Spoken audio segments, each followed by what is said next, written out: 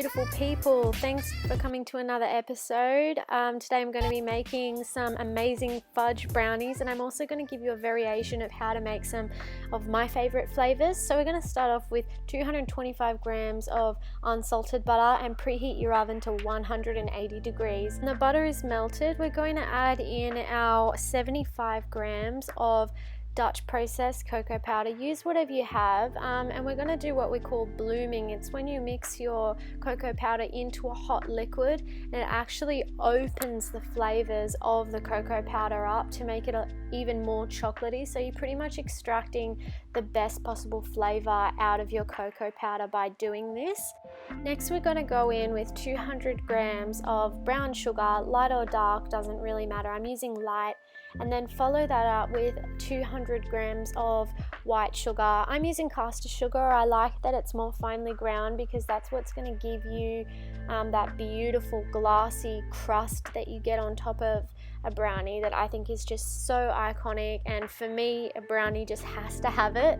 But if you have granulated white sugar, that's also fine to use here too. So we're going to give that a good mix up to make sure it's well combined, and then we're going to go and put that in the microwave for about a minute on high because we want to soften up the butter and the sugar together, and once again that's what's going to give that crust to the beautiful top of the brownie.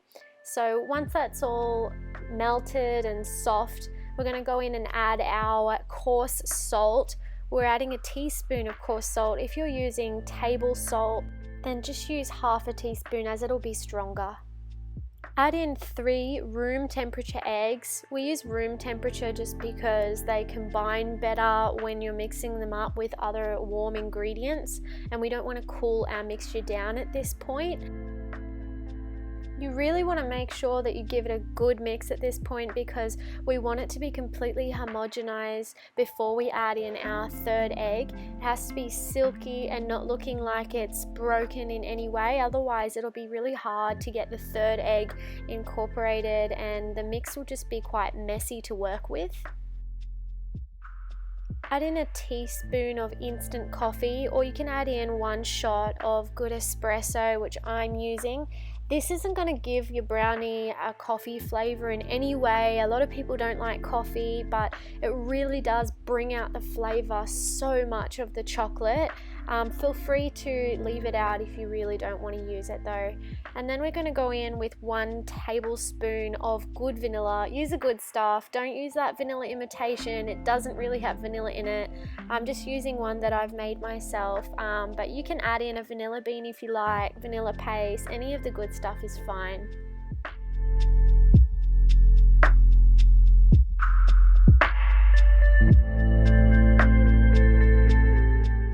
Sift in 120 grams of plain flour.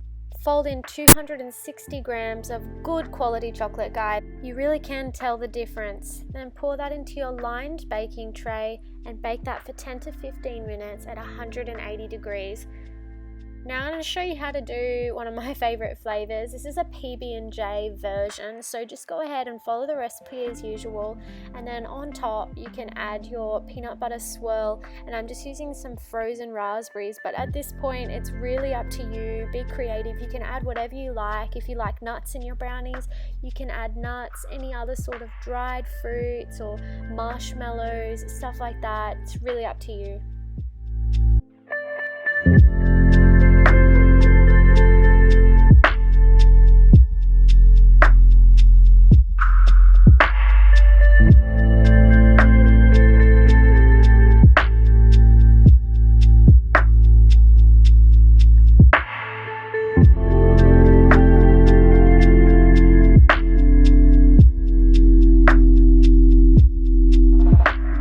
This variation may take an extra 5 minutes to cook because there's so much moisture.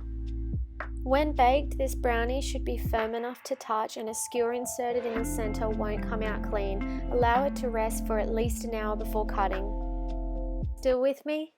Great.